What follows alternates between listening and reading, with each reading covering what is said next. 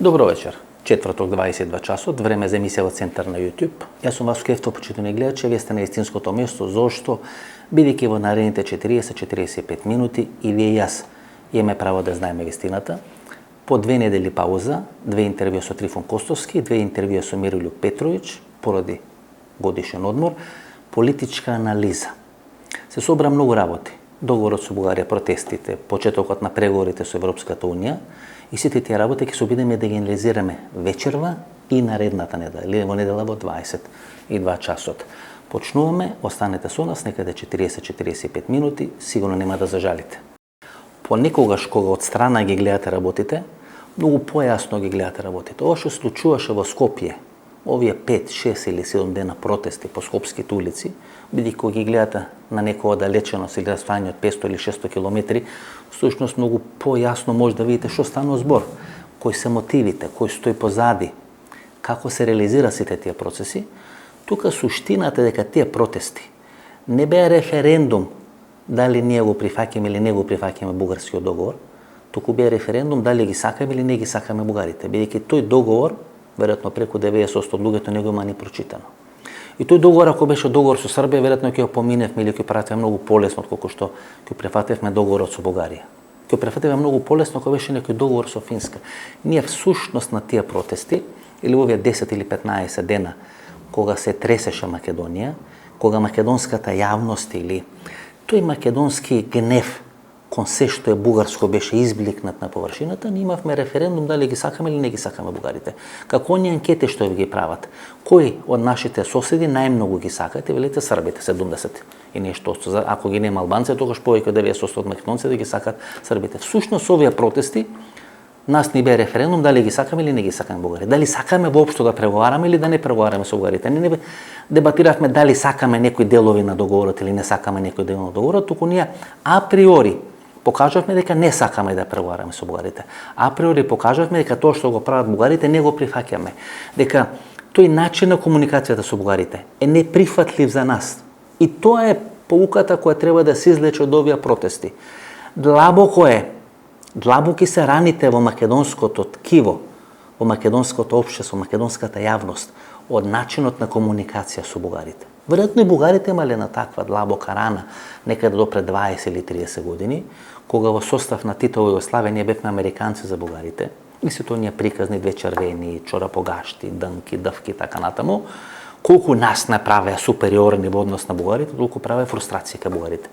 И сега се смени ситуацијата. Сега бугарите две червени, како пежоративна форма, нели, како порака, како одредена метафора, користат во преговорите со Република Македонија. Се чувствуваме сега не само мизерно поради таа позиција на бугарите, туку не сакаме да го прифатиме тој факт дека Бугарија членка на ЕУ и на НАТО, дека е влезена внатре, дека може сега Бугарија да постави услови, замислите ако Албанија влезе и ни постави услови, или Косово ако влезе и ни постави услови, или Србија ако влезе и ни постави услови, како што ни поставуваше Грција.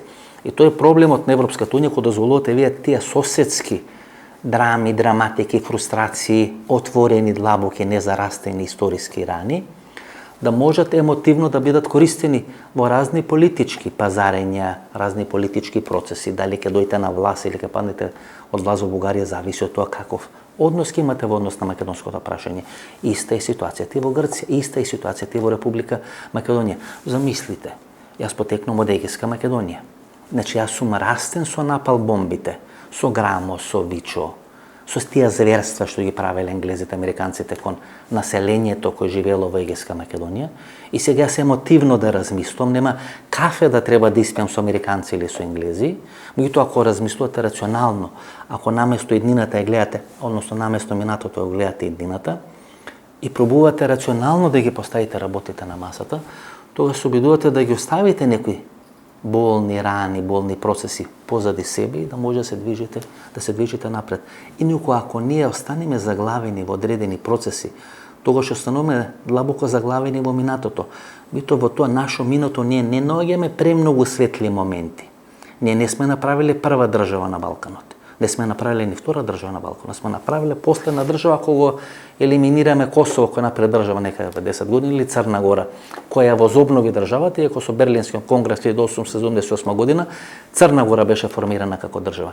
Што ќе рече дека за да оди ова држава напред, треба да најде баланс на чувствата, на емоциите, на историјата и на еднината, односно на економијата.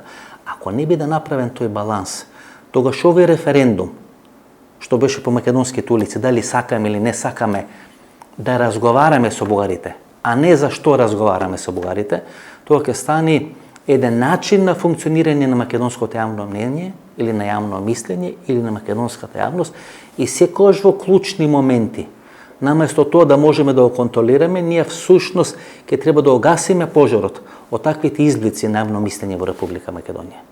И добро, тој уличен референдум пред 10 дена нас ни покаже дека ние не сакаме да разговараме со бугарите, дека ние не ги сакаме бугарите. И тука има еден факт кој ми е историски факт, кога ние ќе анализираме тие историски факти, ни е многу тешко да извлечеме одреден заклучок. Историски факт е дека еден најголем дел на македонците, правенствено Егејска Македонија или така наречените бежанци, не бегале во Вардарска Македонија или во кралството на срби, хрвати и на словенци, не бегале толку во Албанија, не бегале во Германија или во Хрватска. Да, навистина ние сме имале некоја емиграција во Белград. И ден денес можеме да видиме македонци од посебно западниот дел на Македонија, гости Вартетово кои имаат своји продавници, посебно пекари во Белград.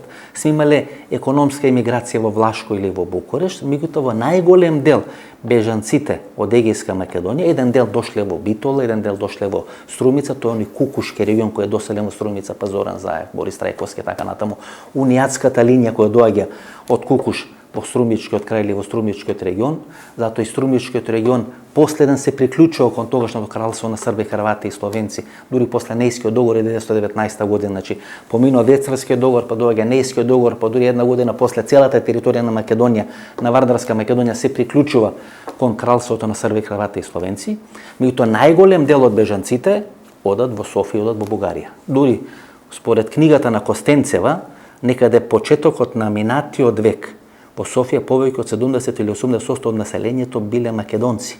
Значи има 1 или 2 милиони македонци во Бугарија. Тој самите бугари го признаваат. Тие 1 или 2 милиони македонци кои се во Бугарија сигурно имаат барем еден роднина кој живе во Македонија. Не е можно комунистите за 50 години или поточно 45 години од 1945 до 1990 година да ги натерат македонците кои имаат роднини во Бугарија, бидејќи најголем дел од бежанците отишле во Бугарија, да ги мрзат своите роднини. Нешто драматично е тука сменото. Па комунизам постоел и во Германија, еве и да прифатиме дека е ова бугарска држава која е поделена на два дела. Еве и да прифатиме најглупата бугарска теза. Па источните и западните германци не се мрзале. Па источните германци преку Ангела Меркел станале власт во Западна Германија. После 40 или 50 години на поделена Германија, поделен Берлин, со штази, со такви тајни комунистички организации, структури, служби, така натаму и така натаму, германците не се мрзеа. На крајот се обединеа и станаа една држава со 80 или 90 милиони жители. Зошто се мрзиме ние и бугарите? Ако ја прифатиме тезата на бугарите дека сме единствен народ и дека ние сме бегале кај бугарите како бежанци, бидејќи сме ги сметале за многу поблиски од албанците, од србите, од останатите балкански народи, тогаш што е драматично случено ние да се мрзиме така со бугарите? Мене ми се чини дека се тие драматични цивилизацијски разлики кои веќе постојат меѓу македонците и бугарите. Оние приказни авиолинии, железничка пруга, бизниси на македонци во Софија, на бугари во Македонија, Комерцијална банка, Македонски телеком, тоа можеме да го закачиме на машката за опашката. Нема шанса тоа да се случи. Мислам, видите, ова се толку драматични ровови кои се ископани од едната и од другата страна на Деве Баер, што ни комунистите да сакале не можеле да направат такви драматични рани во македонското и во бугарското ткиво, колку што можеле да направат самите бугари. Се ми се чини дека со начинот на еден рурален национализам, тој некој, како да го наречеме, воинствен менталитет, конфликтен менталитет, кој бугарите го носат од нивната прататковина од кај што се селот на Балканскиот полуостров, таа потреба да асимилираат се. Тој комплекс дека не се Словени и дека треба да ги на некој начин прифатат, да ги направат свој јазик словенски, словенските просветители, Кирил и Методи, Јохрис, Епископ и така натаму и така натаму. Значи таа потреба, тоа знаете, ко македонец или ко балканец оди на all inclusive во хотел, има тамо шведска маса и тамо оди германецот ќе се напие едно кафе, ќе земе една баклава, ќе земе една тулумба, ќе земе не знам 2 или 3 парчиња месо. Ние одеми првите 3 дена се наждаруваме ко стока. 5 кафења, 20 кременадли, 15 олумби и така натаму и така натаму. И бугаринот сега се однесува како некој кој му е дозволено да има историски all inclusive и на кој му е дозволено да може од таа шведска маса на доручок, на ручек, на вечера или не знам, па пие 15 пива, па еди 10 лубеници, па 15 кафења, фрапење или не знам, еспресо кафење и така натаму и така натаму. И нас тоа не иритира. Ние не можеме да прифатиме прво дека бугарите се рамноправни со нас, бидејќи ние сме веројатно воспитувани врз база на тој српски свет дека сме доминантни. Тоа чувство дека сме биле дел на Титова Југославија, која била мост помеѓу истокот и западот, дека Титова Југославија се двоела и од комунистичките земји и од капиталистичките земји, веројатно нас ние како некој амалган во нашото ДНК, бетонирано или изрежено или не знам истетовирано. И ние не само што не можеме да прифатиме дека сме рамноправни, нас ни уште потешко да прифатиме дека бугарите се сега во подобра позиција од нас, дека економски се поразвиени од нас, дека членството во ЕУ и во НАТО им е возможило со побрзи стапки економски да се развиваат во однос на нас. И сега и бугарите кои велат еве сега дојдоа нашите 5 минути, сега нова шведска маса е ставено се од историјата што сакаме да земеме, се однесуваат како балканец кој оди во all inclusive хотел и јаде и се преждерува и не може, не само што тој не може тоа да го издржи, туку веќе навечер во 10-11 сат кога сите легнуваат да спијат во хотелите, тој почна да урла, да пее, да вика и да ги иритира сите соседи кои му се во хотелот или во хотелската соба. Тоа е проблемот на македонско-бугарските односи. Ние сме драматично дел на тој српски свет. Бидејќи сме драматично дел на тој српски свет, преку српскиот свет ние сме станали дел на рускиот свет. И тоа нас драматично ние има бетонирана нашата иднина. И е многу тешко со вакви афганистанци во наводници, тоа ви го кажав кога беше оној конфликт во Афганистан минатата година, и тоа што американците го правеа во Афганистан, вложија стотици милиарди долари и на крај дојдоа талибанците го освоија Афганистан за 2 недели. Што ќе речи дека американците сега има 2 или 3 ситуации. Првата ситуација да го напуштат Афганистан, бидејќи е прескапо да го одржат Афганистан. Во конкретно македонски случај, очигледно дека американците не сака да ја напуштат Македонија, бидејќи со нивното вклучување во процесот на преговори и дотерување на францускиот предлог е најден тој компромисен договор помеѓу Скопје и помеѓу Софија. Како второ, американците не само што не сакат да напуштат Македонија, туку ја вклучија Македонија во НАТО сојузот, и кога беа преговорите за влез на Македонија во НАТО, не само бугарите, никој не смееше точка и запрека да смени од договор кој беше направен помеѓу Македонија и Грција со посредство на американците. Како второ, да има возможни на талибанците да освојат власта, бидејќи е прескапо тоа да биде одржувано. Кои се талибанците во македонските услови? Тоа се ВМРО, ДПМН. Ако се овие афганистанци, кои со помош на шарена револуција, невладен сектор се донесени на власт во Република Македонија и тешко даваат резултати, нели, тешко се одржуваат, и американците тоа ги чини многу скапо, тогаш во еден момент може да речат американците, ајде да ги донесеме овие талибанците. 2 пати ги носат талибанците на власт. Прв пат со Лјупчо Георгиевски со војната 2001 го руша, вториот пат го рушат Никола Груевски со шарената револуција. Трет пат ако го донесат Христијан Мицкоски, веројатно ќе го руша со некоја трета или четврта шарена револуција. И четврто, да најдат американците начин како да ги сменат своите афганистанци во Република Македонија. Од сегашна временска дистанца, се ми се чини дека поразот на Зоран Заев и неговото траено или превремено заминување од политичката сцена е дел на тој процес. Можете ли сега вие да замислите ако беше Зоран Заев на чело на СДСМ или на чело на македонската влада? Која хистерија, и сега и така имаше огромна хистерија, која хистерија ќе постоеше и по скопските улици, и на протестите, и преговорите со Елинато, и преговорите со бугарите. Беше контаминиран после оној интервју на БГНС, направено со Лјупчо Нешков. И тој процес кој ви го објаснав дека во СДСМ реформите започнаа 9 години отколку што требаше да бидат првенствено предвидени да бидат направени, или наместо се случа 2024 година, по добивање или губење на парламентарните избори, на претседателските избори кои ќе треба да се случат 2024 година, во СДСМ промените се случија на крајот на 2021 или почетокот на 2022 година, што рече дека СДСМ прво доби 2 години за да може предварително, што би рекле бугарите, да ги спроведе реформите и во власта и во СДСМ, за разлика од ВМРО-ДПМН, кој после 5 години не може да расчисти со груевизмот, СДСМ расчистува и со бранковизмот и со заевизмот 2 години претходно, и тоа не може да биде направено без драматична улога, помош или асистенција на американците, што ги видовме и на протестите кои се случува пред 10 дена во Скопје, бидејќи СДСМ не може да изреагира еден таков завршеток финале на тие протести, тоа значи дека има една американска улога, американска рака која успело да ги донеси ВМРО ДПМН да бидат на чекорна реприза на 27 април и на сите кои заборавија што се случи на 27 април 2017 година да им ја вратат меморијата, колективното сеќавање дека ВМРО ДПМН секогаш ја носи ситуацијата драматично до еден таков раскол, таков конфликт како што се конфликти од типот на 27 април и СДСМ преку тие процеси сега успева некако да направи договор со Бугарија со помош на американците. Меѓутоа проблемот на американците дека тие афганистанци кои ги носат во невладен сектор, граѓански сектор, во тоа граѓанско општество во Република Македонија се толку истрошени што нивните деца веќе не веруваат во нив. Нивните сопруги веќе не веруваат во нив.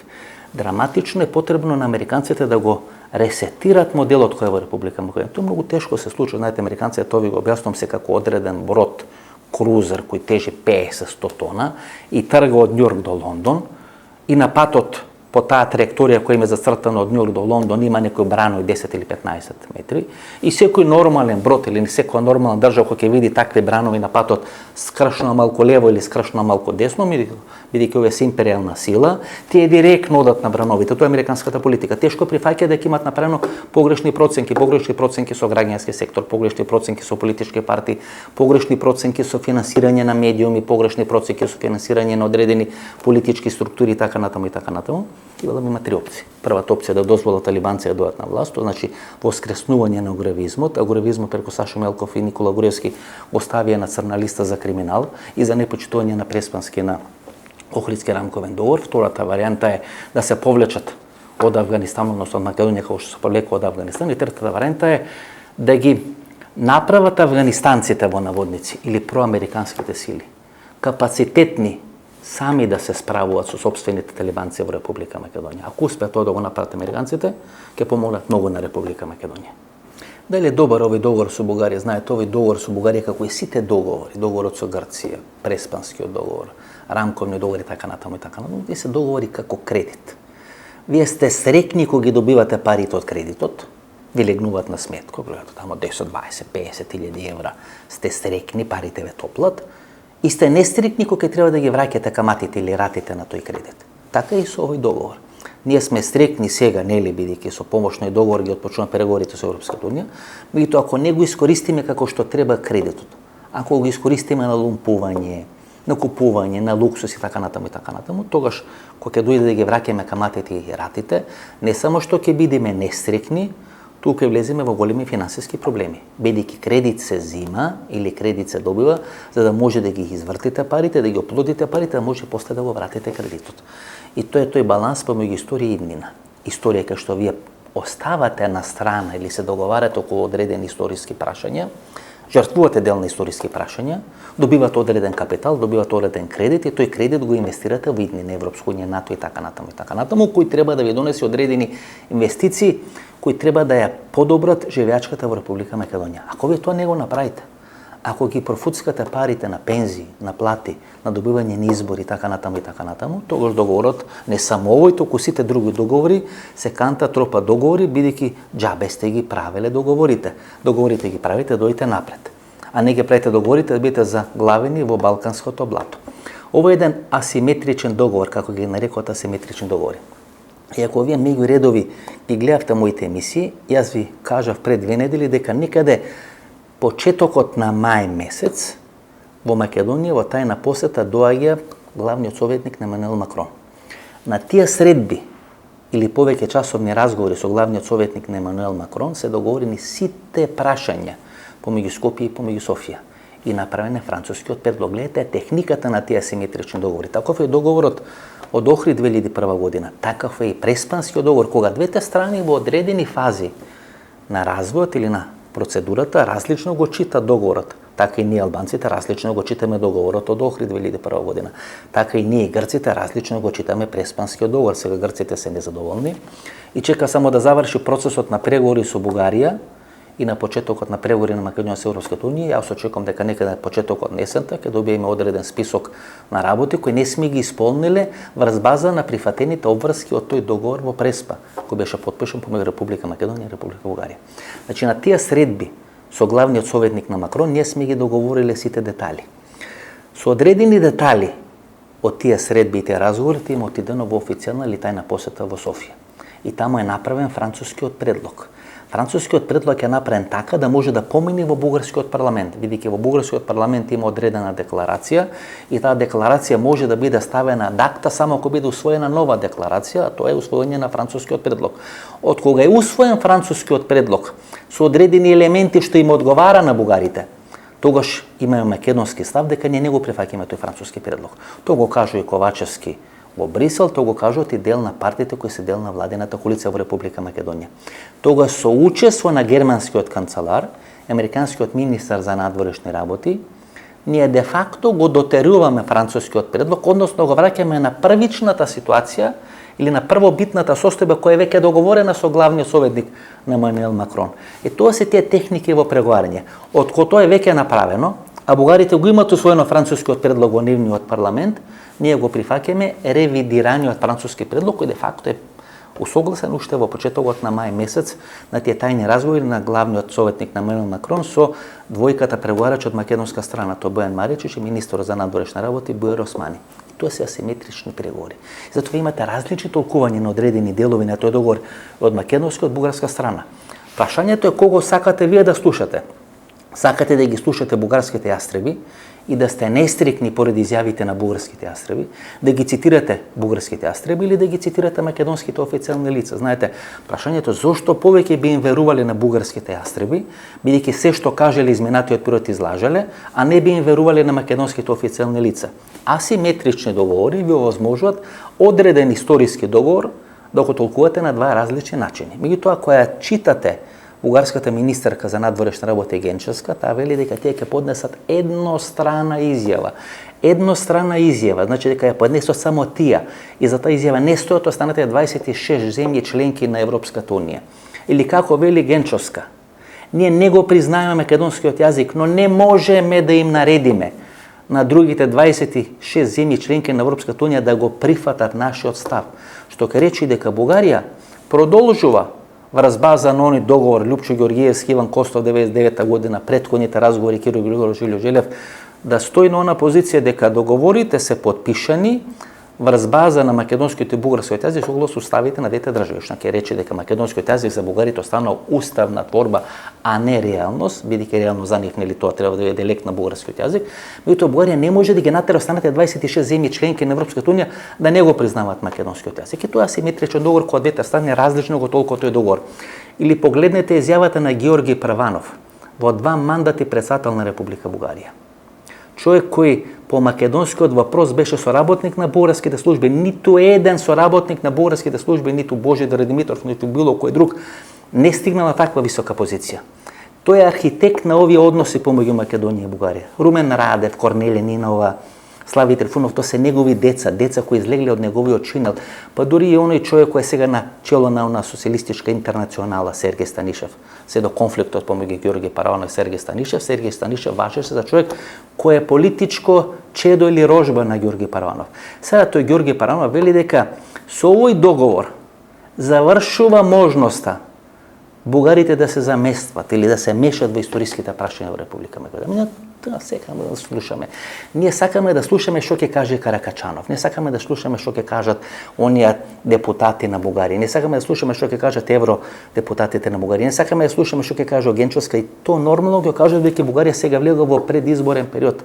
Ќе падне владата, нема да може да биде формирана владата, ќе се оди на службено правителство, ќе се оди на нови избори, на тие нови избори веројатно ќе треба да биде формирана влада помеѓу промените продолжуваат и партијата ГЕП на Борко Борисов.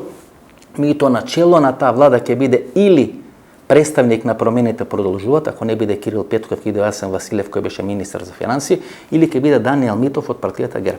И тоа е веројатно коалицијата на која американците дека работат во наредниот период, и тоа е коалицијата која уште пред 7 или 8 месеци ви кажа дека единствена може да го реши македонско-бугарскиот спор. И таа коалиција го реши македонско-бугарскиот спор. Го прифати францускиот предлог во бугарскиот парламент, па се коригираше тој предлог со македонските забелешки кои уште претходно беа договорени, меѓутоа не беа ставени во предлогот за да може да помине во бугарскиот парламент и подоцна беше прифатен од македонската страна. Финалето е почеток на преговорите на Македонија со Европската унија. Дали тоа ќе биде добро? Да, тоа зависи само од нас. Ако го искористиме кредитот, ако не го искористиме кредитот, ако го потрошиме на плати, пензии така натаму, ниту еден договор, не преспански, не букурешти, не овој бугарски, не рамковен договор не може да донесе просперитет на Република Македонија. Да почне гледачи, кога ние самите разговараме за Гоце Делчев или за Самуил, и кога бугарите разговарат со истите аргументи кои ние ги имаме за Гоце Делчев и Самуил, тоа се две различни стојалишта. Тоа се драматично различни стојалишта. Ние немаме проблем да кажеме дека цар Самуил има ерменско потекло. Давид, Мојсе, Ајрон и Самуил. Ние немаме проблем да кажеме дека цар Самуил ја добил царската титула со помош на Ватикан. Знаете, оние приказни дека унијатите и Ватикан ја растурат Република Македонија, а ние го земеме цар Самуил како македонска држава која добива царската титула од Ватикан.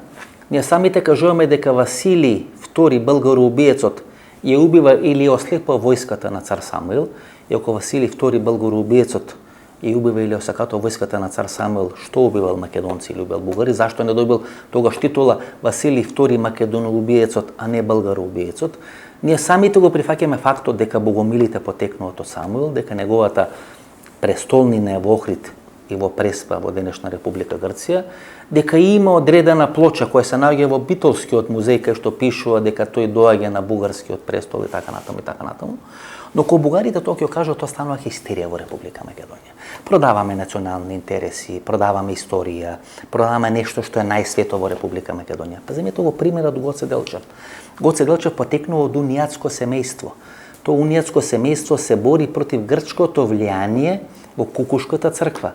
Го прифаќа Ватикан, значи останува на позицијата на православието, но го прифаќа како врховен поглавар папата на Римокатоличката црква и затоа се нарекот унијати. Дел на таа кукушка линија подоцна ни доаѓа на територијата на Република Македонија, првенствено со населено на територијата на Струмица, Борис Трајковски, протестантите, Мистон, целата таа приказна што се случува во Република Македонија, има или влече корени од таа унијатска кукушка линија која е поврзана со семејството на Гоце Делчев. Па сетете се што говореше владиката Петар 1999 година кога Борис Трајковски станува председател на Република Македонија.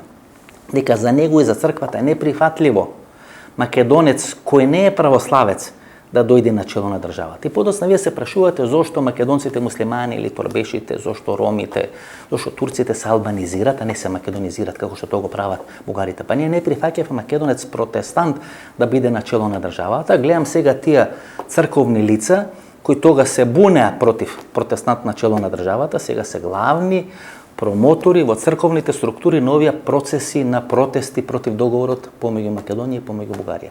И ако не ли ја наредиме таа биографија на Гоце Делчев, дека му унијатско потекло, дека потекна од Кукуш, дека се школувал во Бугарско средно воено училиште, на вистина го напуштил, дека бил професор во одредени екзархиски, што ке речи бугарски црковни училишта, дека го прави заедно со Ѓорче Петров уставот на организацијата. Прочитате уставот што го имаат Ѓорче Петров и Гоце Делчев направено, кој све може да биде член на таа организација. Шокантна е таа определба. И кога овие работи ќе кажат бугарите, тогаш ние влагуваме во одредена хистерија. Кога ние самите ги кажуваме, тогаш ние сме свесни за сите овие работи. Да, на крај Гоце Делчев има историска желба дека сака да биде закопан во престолнината на идната независна македонска држава. И тоа е она што ние треба да го баштиниме. Сите тие луѓе потекнуваат од Македонија. Како што потекнува таткото на Кемал Ататурк. Секој кој што е роден на оваа територија е македонец. Секој кој што живеел на оваа територија на Македонија, имаме потполно или целосно право да го баштиниме неговиот лик, неговото дело и неговото творештво. Дали во уметност, дали во филм, дали во историја, дали во култура, дали во образование, без разлика на све. Тоа е зрела нација. Зрела нација која точно знае каде имаме слаби точки во историјата, точно знае каде имаме силни точки во историјата и треба да сте многу глупи ако постојано вие ги користите или се фрустрирате од слабите точки во историјата. Слабите точки во историјата треба на еден женски начин да ги елиминираме. Затоа постои шминкање кај жената, затоа постои дотерување кај жената. Да ги истакни сите убави елементи на незиното лице и на незиното тело и да ги скрие сите слабости на незиното лице и на незиното тело. Тоа треба да прави одредена зрела нација. Ние знаеме дека еден голем дел од тие луѓе кои ја формирале организацијата, ако не 100%, од 80 или 90% од основачите на организацијата на 23 октомври 1893 година се имале пробугарски чувства. Ние тоа не можеме да го негираме. И не можеме да излеземе и да речеме, видите, тоа не е така. Кои те сами се декларирале, умреле, пишувале, оставиле белешки, дека така се чувствувале. Но ние треба да кажеме дека таа организација се борела за независна Македонија. Направила толку колку што можела. Стигнала до тамо до каде што можела. Процесот го завршиле македонските комунисти, но тој биле дел на еден процес кој завршил со 8 септември и формирање на македонската држава. Зрела нација така функционира. Сите историски факти ги става на маса. И од тоа мноштво на факти кои се ставени на маса, таа ги користи тие кои одговарат. Тие кои не ги одговарат, со фина шминка, со фина гардероба, со фини подпетици, чевли и така натаму, ги камуфлира. Ги прави да бидат помалку видливи, помалку да бодат очи, помалку да ни представуваат фрустрации, да бидат помалку причина некој бугарин да ни брца постојано прст во окото и ние да се чувствуваме мизерно, да се чувствуваме лошо и да се чувствуваме со наведната или да мораме да одиме со наведната глава. Треба овој процес на почеток на преговори со Европската унија да го искористиме за да се претвориме во една зрела нација која точно знае кога почнува, каде почнува, како почнува, врз база на што е темели својата државност, кои се нашите митови. Па знаете, ние не можеме тие митови да ги доживуваме како некои идеални суштества, кои не оделе во тоалет, кои немале приватен живот, кои не правеле грешки, кои немале колебливост, секој има колебливост, посебно во клучни историски моменти, гледате. Прва, втора Балканска војна. Не може да биде формирана Македонија. Па Букурешки договор, па гледате Крсте Петков и Сирков, па целата она меланхолија низ која поминува тој. Па пишува едни ставови пред тоа, па пишува други ставови после тоа. Тоа се процеси кои не можеме после 100 години да ги анализираме. Мораме да ги анализираме во некој простор и време кога било пред 100, пред 120 или пред 130 години. Тоа прави зрела нација. Овие договори со Грција, со Бугарија, со албанците, всушност нас треба да ни овозможат да се трансформираме во зрела нација. Да знаеме зошто правиме одредени отстапки. Ние правиме отстапки. Правиме отстапки со албанците, правиме отстапки со грците, правиме отстапки со бугарите. И никој не може да ви рече дека ова се идеални договори. Дека овие се договори такви добри, што на задник ќе паднете колку се тие добри. Овие се компромисни договори. Кога правите компромис, давате нешто, нешто добивате. И другата страна нешто дава и нешто добива. Не е капитулација, бидејќи ниту во капитулација вие нема да дадете 100% тоа што ви го барат. Барем 20% ќе задржите. Но овие историски договори кои ги имаме направено, наместо да ни служат како фрустрација за развивање на идни генерации во наредни 20 или 30 години, и во наредни 20 или 30 години да имаме гусларски песни дека ние само што не сме ги поништили овие договори и само што не дошол некој на власт да ги поништи овие договори како што сме го поништили договорот од Букурешт во 1913 година, туку да не трансформират во зрела нација. Зрела нација точно знае зошто тоа го прави. Тој како одреден договорен брак. Влегувате во брак, знаете зошто влегувате во тој брак, знаете што давате. Знаете дека можеби нема емоции во целата таа работа, но има рацио. Тоа рацио ви возможува да живеете, да преживеете и со тек на време да развиете многу подобра историја и многу подобра живеечка од тоа која била кога сте влегле во тие процеси. Имаме 3 битни меѓудржавни договори или меѓународни договори под спонзорство, правенство на Соединетите американски држави, кои се клучни за едината на Република Македонија. Имаме и 4ти договор, но тој не е меѓународен договор, туку е внатрешно политички или внатрешно безбедносен договор, а тоа е договорот од Охрид 2001 година. И во она директива на Џо Бајден, или она порака која беше испратена, дека тој што ќе се спротивставува на Охридскиот и на Преспанскиот договор ќе заврши на американската црна листа, всушност покажува како во тој момент, а тоа е некаде летото минатата година, американците гледале на договорот со Грција и на македонско-албанскиот договор во Охрид 2001 година. Од овие 3 договори, а тоа е влезот на Македонија во Обединетите нации 1993 година, вториот е договорот со Грција од 2018 година и третиот договорот со Бугарија од 2022 година, најдобро или школски беше направен договор од 1993 година, во времето на Киро Глигоров. И тоа покажува ако на време не се направат одредени договори, дека секоја наредна генерација плаќа многу поскапа цена за да бидат направени тие договори. Киро Глигоров има Лисабонска декларација. И ние не ја прифаќаме Лисабонска декларација. Од сегашна временска дистанца, тоа 1992 година, паѓа владата Никола Клусев, на власт доаѓа владата на Бранко Царенковски, во политичка пензија како лидер на СДСМ или кандидат за премиер заминал Петар Гошев, бидејќи не сака да биде политичар за еднократна употреба. Тоа е временски период кога се случуваат тектонски промени и процеси на македонската политичка сцена. Ние сме во одредена изолација, бидејќи со Лисабонска декларација, која веќе не е грчки став, туку е став на целата Европска економска заедница или денешна Европска унија, Македонија или Република Македонија може да стане членка на Обединетите нации и да ги почне преговорите или да биде воиднина членка на Европската економска заедница, само ако во името на државата не е содржан зборот Македонија. Ние тоа го забораваме. Значи, грцата и грчката прва црвена линија било да биде призната државата со некој име Централна Балканска република, држава на реката Скопје, Република Скопје и така натаму, односно во името на државата да не биде содржан зборот Македонија. Имаме 3 или 4 месеци вакуум простор, кога никој не доаѓа во Република Македонија. Кога сите не избегнуваат, тоа е некаде летото и почетокот на есента 1992 година, се до Даглас Херт, доаѓањето на Даглас Херт и Робин О'Нил, кои во она тајна британска дипломатија успеват да избоксират одреден предлог Република Македонија во заграда Скопје. Киро Глигоров го прифаќа тој предлог и го става на расправа во македонскиот парламент. Денко Малевски, како министар за надворешни работи, го прифаќа, па има конфликт помеѓу Александар Флоровски и Денко Малевски, дел од пратеничката група на ВМРО ДПМН, како што тогаш пишува медиумите, дури физички го нападнала Денко Малевски. Во последен момент Киро Глигоров се откажува од тој предлог Република Македонија во заграда Скопје. Погоеме самитот на Европската економска заедница во Единбург, кога тие се само прогласува дека се ненадлежни и неспособни да го решат македонско-грчкиот спор и не опатуваат решењето да го бараме во Обединетите нации. И таму некаде март-април 1993 година, под името поранешна Југословенска, внимавајте, на сите финеси тога се размислувало.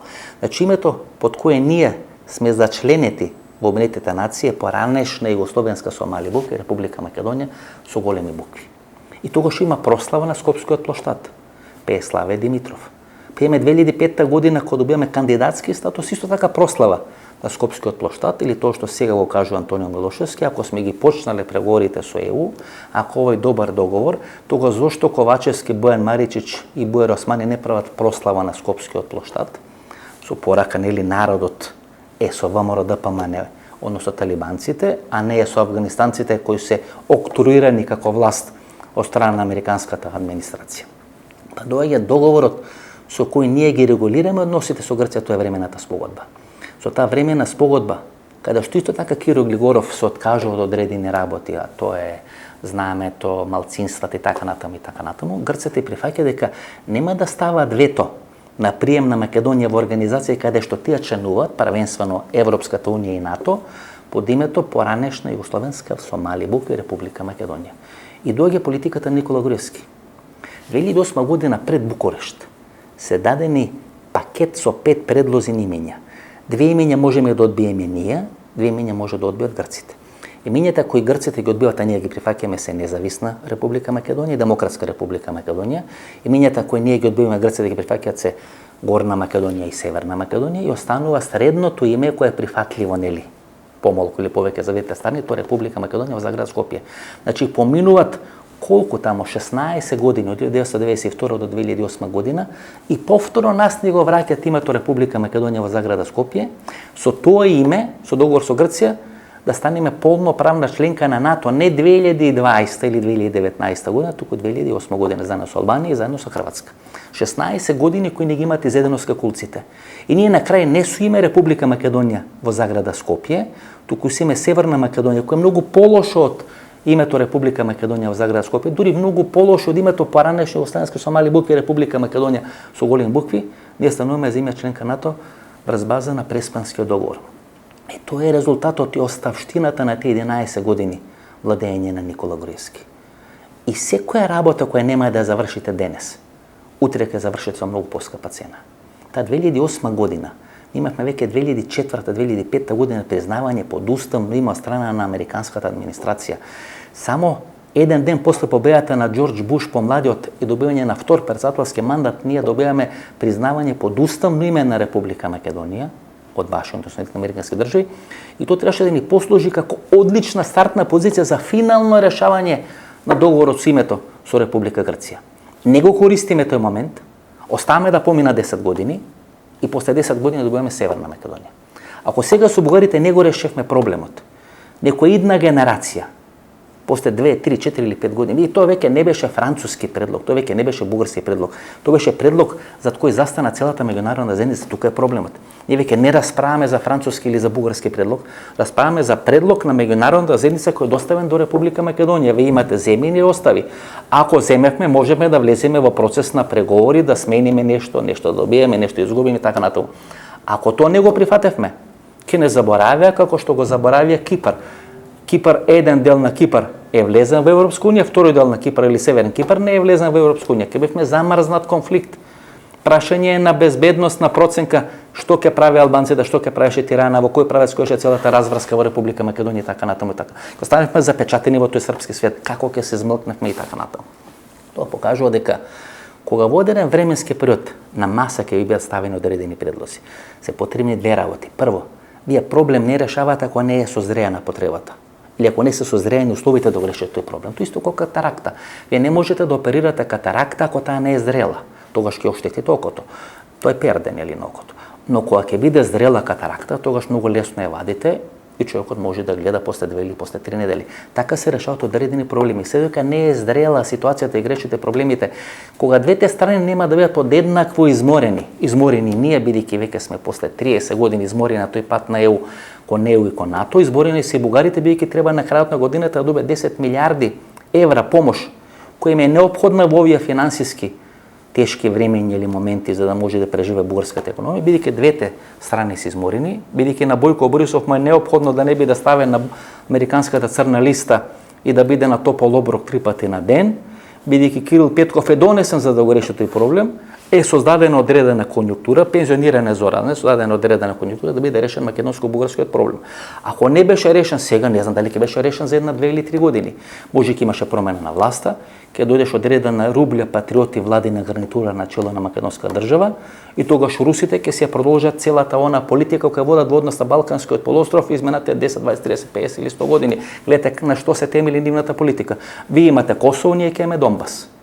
Вие правите кризи на одредени делови светот, ние ќе правиме кризи на други делови во светот.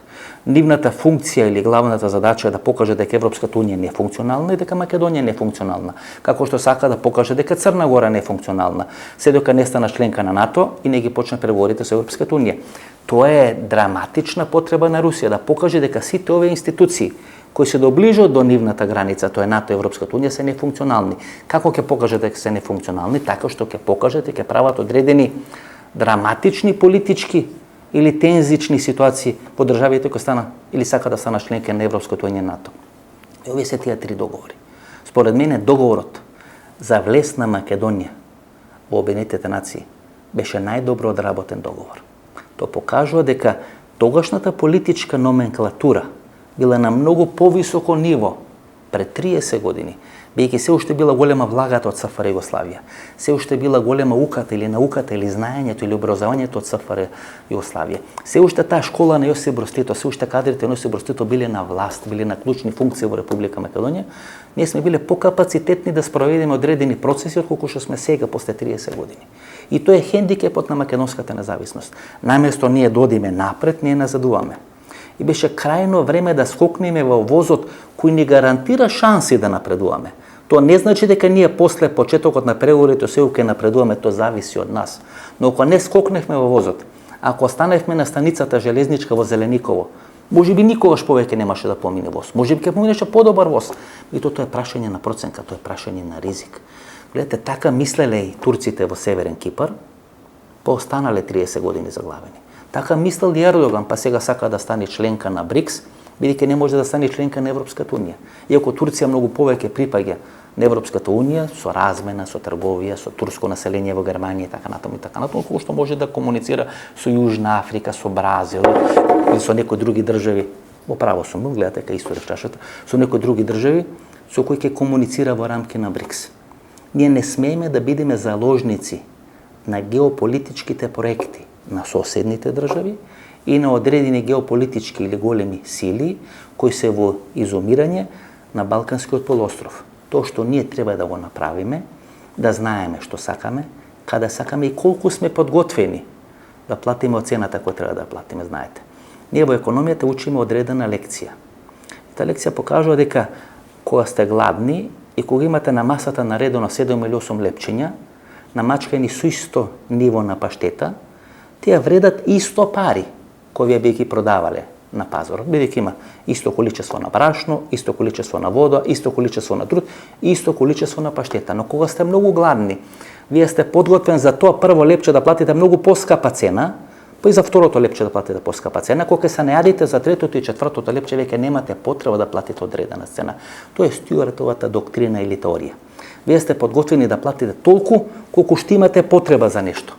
Дали сега или за 5 години, ние ќе требаше да платиме одредена цена. Плакете тогаш кога имате потреба нешто да направите.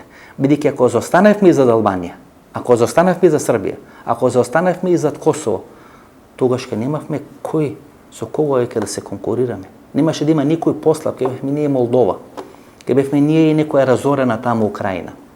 Тоа е проценка која треба да прават сите македонски власти, сите политички структури, па дури опозицијата во една држава, бидејќи само на тој начин државата може да оди напред. Имате конфликт, како во оние филми Кум 1, Кум 2, Кум 3, имате конфликт, се прават решето на улиците на Њујорк или на улиците на Чикаго, и подоцна после тоа решето што се прават седнуваат на маса и се договарат. И како велат, не може автомобилот да вози ако сите гуми не возат во исти правец. Ако 3 гуми возат во еден правец, а една гума вози во друг правец, тогаш не може да се движи возилото. Такво возило Република Македонија не може да оди напред и да функционира. И тоа е суштината или тоа е пораката на оваа емисија која сакам да ви кажам. Преспанскиот договор и бугарскиот договор или францускиот предлог се две страни не на иста паричка. Ако се сеќавате што изминатата година или пред 2 години кажуваше поранешниот грчки министар за надворешни работи Коцијас во грчкиот парламент, дека ако не го прифателе или ако не го признале македонскиот јазик по договорот од Преспа, дека тие уште 1977 година како тогашна Грција, како тогашна грчка политика го имаат прифатено македонскиот јазик, бидејќи постоела опасност ако не биде прифатен македонскиот јазик, тоа да биде бугарски јазик. Значи тоа е став на Коцијас некаде пред ден или пред 2 години.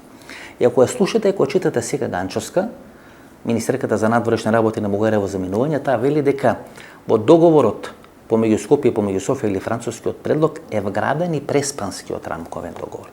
Што ќе рече дека ако не го почитувате бугарскиот договор, а ако не го почитувате преспанскиот или охридскиот рамковен договор, завршувате на црната листа на Џо Бајден, вие ќе завршите исто така на црната листа на Џо Бајден.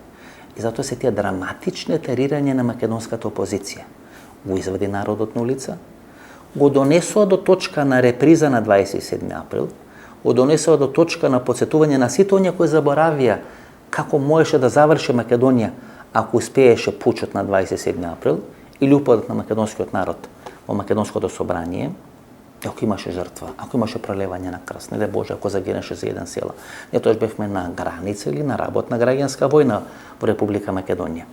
И Генчовска сега тоа ви го повторува и вели дека всушност овој француски предлог е само продолжување на Преспанскиот договор. Дека Преспанскиот договор и одредени елементи за јазикот и така натаму на Преспанскиот договор се вградени во францускиот предлог. Што ќе рече дека меѓународната заедница точно ги дефинирала проблемите и точно ги дефинирала средствата како можеме ние да ги решиме тие проблеми.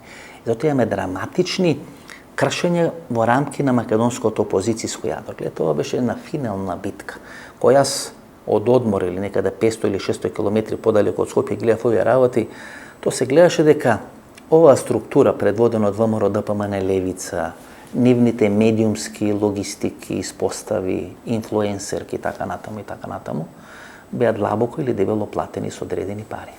Пари кои можеби се во форинти, пари кои можеби се во рубли, кои можеби се во долари или во денари, не е битно, но ова беше финална битка.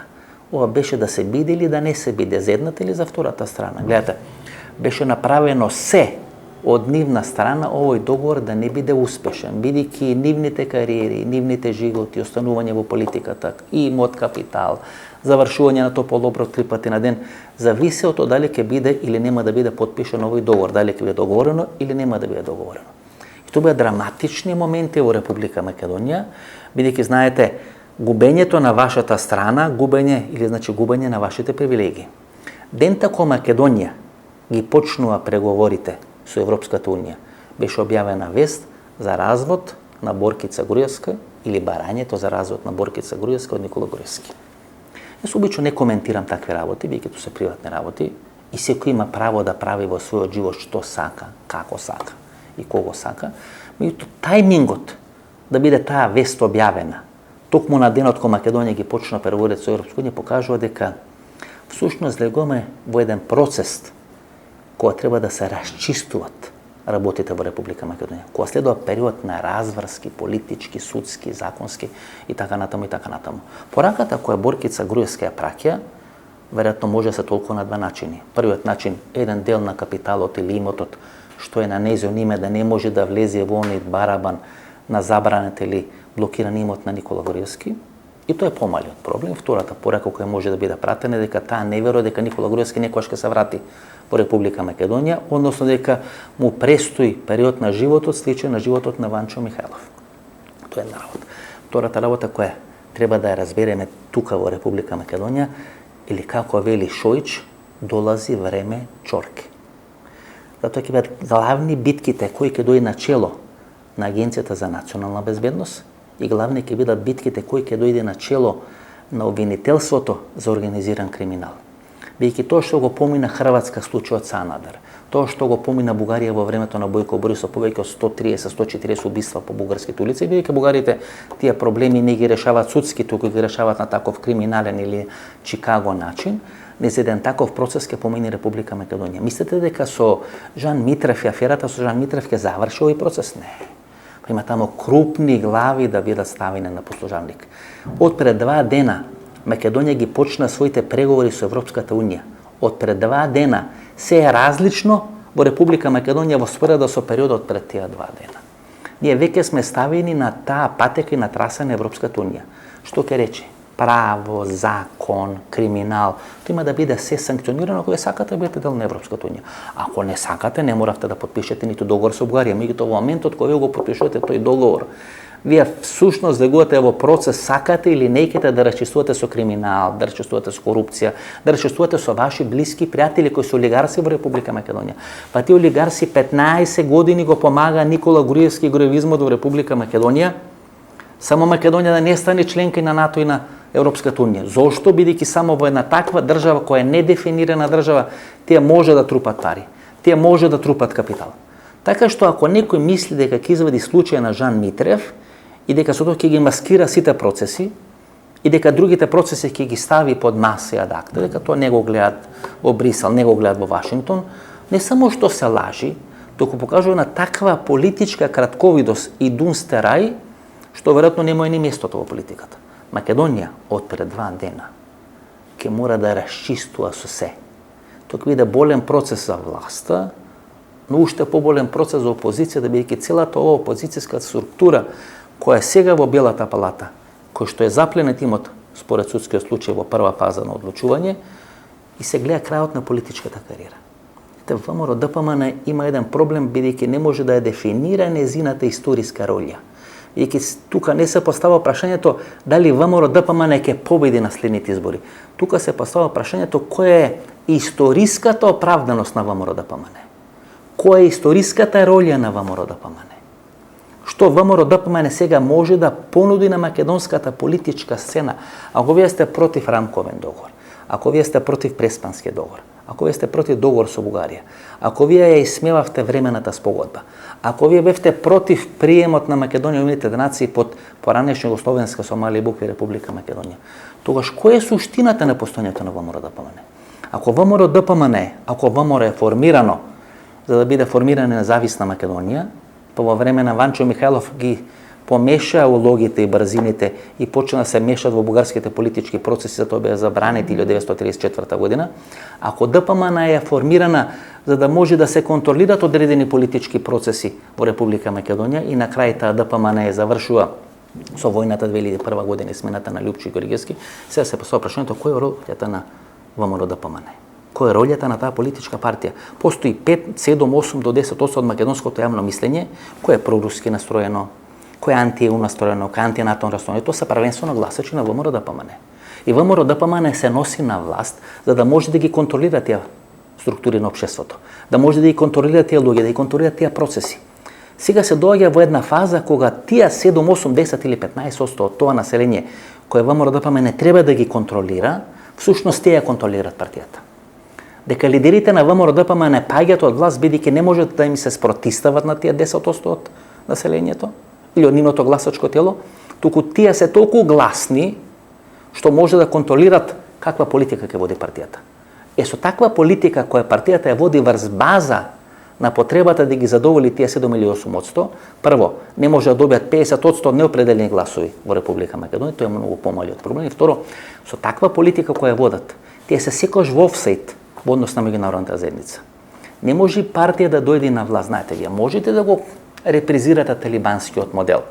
Вие сте некаде по планините, а овие другите владеат по градовите, и ако вие покажете дека го контролирате теренот и ги контролирате граѓаните или населението или гласачите, дека таа меѓународна заедница сакала, не икела после изборите ќе мора да дозволи вие да дојдете на власт. Не е така. Сега се созреени условите да биде формирана референдумската коалиција од 2018 година. Веројатно тука проблем прави само Арбен Таравари, тоа е под број 1 и под број 2. Тука веројатно проблем прави преголемиот рейтинг на ДУИ, бидејќи во некоја изборна или предизборна коалиција која би била референдумска од 2018 година, кај што бил СДСМ, одредени партии кои се во дел на СДСМ, овие албански политички партии, ДУИ би тежела некаде околу 20 пратеници или 20 мандати. И кој стане многу малку за делење на алтернатива, на алијанса на албанците, на БЕС и така натаму и така натаму. Меѓутоа, Македонија се созреени услови за формирање на таква предизборна коалиција. Што во таква ситуација ќе прави ВМРО ДПМН? Ќе прави одредени спинови дека некој ќе го убива Христијан Мицкоски, ќе излегува и ќе чита на еврокомесарката или на првиот човек на Европската комисија за Вераци Ривири Трена и за убиените во Ваташа, што требаше жената да му каже. Да, знам, мојот прадедо беше во Вермахтот или беше дел на СС единиците на Балканскиот полуостров. Не бил, не знам, само како метафора одредена кажам. Бидејќи ние тука не ги решаваме историските прашања. Ние со Брисел и со Вашингтон не пишуваме историски учебници, историски книги. Тие многу подобро од нас ја знаат нашата и балканската историја. Ние во моментот разговараме за иднината. Дали можеме да развиеме добрососедски односи? Кај некои добрососедски односи значи отварање на 3 гранични премини, инвестиции од едната и другата страна, градење на патишта за нестреќа помеѓу Македонија и Бугарија. Добрососедски односи значи ние да признаеме дека до 45-та година сме биле бугари. Бидејќи тоа не можеме да го решиме со Бугарија, беше направен таков политички Франкенштајн, одредена партија кај што лидерот му се заканува останување на црна листа или доаѓање на црна листа, тоа е партијата ГЕРБ, и одредена инстант партија која е формирана да дојде на власт и да го реши македонскиот проблем, тоа е промените продолжуваат. Правото одредена Франкенштајн комбинацијата поминува во бугарскиот парламент. И сега кога тоа ќе помине во бугарскиот парламент, кога цела меѓународна заедница вложила пари, време, труд, убедување, уценување што ли не, и ќе дојме ние во Македонија ќе минираме тој процес. Како така што ќе излезат 10-15 илјади македонци по македонските улици и ќе се спротистават на тој проблем. И сега најава Христијан Мицкоски дека ќе собира потписи да се распише референдум во Република Македонија. Еве јас ќе му се потпишам на тој. Ако распиши процес за собирање потписи за референдум, јас ќе видам прв кој ќе се потпише на тој список. Треба да го охрабриме Христијан Мицкоски. Не само што треба да го охрабриме, еве јас ги охрабрувам сите гледачи на емисијата, сите да му се потпишеме до еден, да собери 100-150 илјади потписи, да шета по македонските улици, да личи на Митко Јанчев од пред 2 години, кога во 12 саат навечер најавуваше протести пред штабот на ВМРО ДПМН, па кога се свести дека не може да прави протести пред штабот на ВМРО ДПМН, бидејќи во 12 саат навечер веројатно под дејство на некое сокче од јачмен или од грозје, Па подоцна тоа го приначи и рече дека ќе прави онлайн протести пред штабот или пред седиштето на ВМРО-ДПМН. Затоа и на Христо Мицкоски да му ги собериме подписите, да оди да направи референдум, да му биде неуспешен референдумот, да се покаже дека македонскиот народ во недоволен број излегол да гласа на тој референдум како што беше со територијалната организација, така да биде сега и со бугарскиот предлог, но со собраните подписи дојде во Брисел и рече, видите, 200, 300, 400 илјади македонци параат да биде поништен договорот со Бугарија или францускиот предлог, или предлогот на меѓународната заедница. Па треба да го донесеме во една таква ситуација, бидејќи тој груевизам мора да заврши во еден таков историски ќорсокак, за да не може да се опорави во наредните 50 години. Бидејќи тој историски груевизам, кој Груевски само го наследи, го надгради, го прошири и го инсталираше во Република Македонија, всушност треба да биде поразен, а не да му се дозволи да се повампири и постојано да прави проблеми секој во клучни моменти за еднината на Република Македонија. Ете, американците и русите функционираат на различни начини, почитувани гледачи. Американците прават одредени процеси, прават чарени револуции и инсталираат одредена власт на чело на одредена држава. Русите го прават тоа истото, дали преку фондација Горчаков, дали преку некои други фондации, прават одредени процеси, прават одредени протести, прават одредени карамболи во одредена држава и не ја менуваат власта. Тука права државата нефункционална, да не може да функционира. При тоа, за разлика од американците кои имат разни грантови, медиуми и така натаму, русите не купуваат масовно, купуваат 20 или 30 луѓе. Тие 20 или 30 луѓе кои купуваат русите не го контролираат целиот простор, ги контролираат овие 7 или 8% кои се гласачи на ВМРО-ДПМН, кои не сакат ЕУ, не сакат НАТО, кои се проруски настроени, нема корона, нема ништо. Кога вие преку тие 20 или 30 луѓе кои се дебело платени, ги контролирате овие 7 или 8%, 9%, кои се гласачко тело или на левица или на ВМРО-ДПМН, вие може да ја радикализирате политичката сцена. И затоа кога ќе кажам рублја патриоти, не мислам на тие 10, 20, 50 илјади луѓе, мислам на тие 20 или 30 луѓе кои добиваат пари преку руски компании, преку фондација Горчаков, преку руски Сорос и така натаму. Бидејќи со помош на тие 20 или 30 луѓе кои се платени од Москва, ви имате дестабилизација во Република Македонија 2017 година и ДНС, и кога беше референдумот, и она операција Атлантис и така натаму. Тоа се тие процеси кои се случуваат. И тоа се луѓе кои се одбрани, луѓе кои се одбрани, што се вели по абецеда, по протокол, по ПС, и тие луѓе си имаат одредена задача. Тие луѓе таа задача сега не ја остварија. Не успеа да ја дестабилизираат Македонија. И сега ќе следи процес на нивно маргинализирање, знаете. Кај русите не сте завршиле задачата, па ќе ви дадат нова шанса, не сте завршиле задачата, одите во одреден историски заборав, да не речем во нешто потешко или во нешто полошо. И тоа се процеси кои се случат во Република Македонија. Ако бугарите избркале 71 руски дипломат, само за да покаже дека се на американска позиција. Гледате, бугарите направија во временски брат многу работи. Сопре одредени руски гасоводни, нафтоводни траси, ја донесоа својата држава заедно со Полска да бидат две единствени држави во Европската унија кои не можат да купуваат руски газ и руска нафта ако тоа не го плаќаат во рубли. Протера 71 дипломат од руската амбасада, тоа е цела база, знаете, 71 дипломат од руската амбасада во Софија. Вие не можете да очекувате дека американците ќе ги пуштат низ вода бугарите и казаат 100% на наша страна. Бугарите направија премногу за да бидат така драматично пуштени низ вода. Затоа овој договор помеѓу Бугарија и Македонија е компромис. Тоа што сега треба да го направи Македонија е да влезе во процес на расчистување на тој рубле патриотизам во Република Македонија.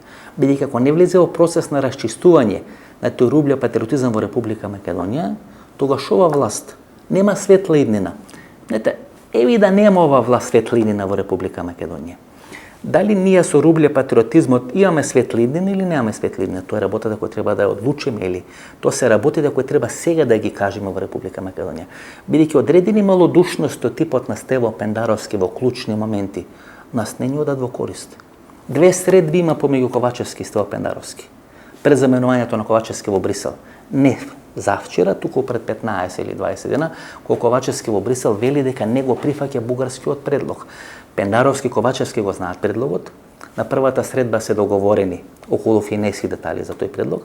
И подоцна Пендаровски излегува и го дава оно интервју на ТВ24, кај што масакар го прави предлогот. Иако точно знае што е договорено, како е договорено, која е улогата на французите, која е улогата на германците, која е улогата на американците и така натаму. И тоа покажува прво една драматична малодушност и на тој начин станува безбедносен ризик во Република Македонија. И второ, покажува дека во клучни историски моменти нема ментален капацитет да издржи притисок. И дека под притисок треси како некој старо југо кој треба да се качи на плетвар. Има втора среда која на еден ден пред заминувањето на Ковачевски во Брисел, тоа е во резиденцијата на премиерот на Република Македонија, каде што се договориле околу финесите, и подосна Пендаровски излегува на оној интервју со Борин Јовановски на ТВ21. Такви моменти или избици на малодушност од клучни функционери во Република Македонија, од лидери на опозиција, лидери на власта, премиери и така натаму, ова држава не може да се го дозволи тој луксус. Прескапа цена плаќаме. Па прескапа цена плаќаме со овој договор со Бугарија. Таму се откажуваме од одредени работи кои во нормални услови и ситуации не би се откажале. Тоа го правиме за да добиеме како компензација нешто што ќе ни гарантира подобра иднина за нас и подобра иднина за нашите деца. И ако ние сами доаѓаме преку малодушни политичари, преку рублја патриоти, преку луѓе кои не можат да проценат што е поважно, нивната фотелја или иднината на Македонија, ако влеземе во нивниот филм, тогаш тој филм нема никако да заврши добро за Република Македонија. Тоа е кога човек 2 недели нема политичка емисија, има интервју со Мирољуб Петровиќ и со Трифон Костовски и подоцна кажа 70 минути анализа, се заборава кога почнал и се заборава кога треба да заврши во таа анализа. 72 минути политичка анализа, остана уште пола работи кои се запишани, а не се кажани. Тоа ќе кажеме недела во 22 часот. До недела во 22 часот, пријатна вечер Македонија, каде да си.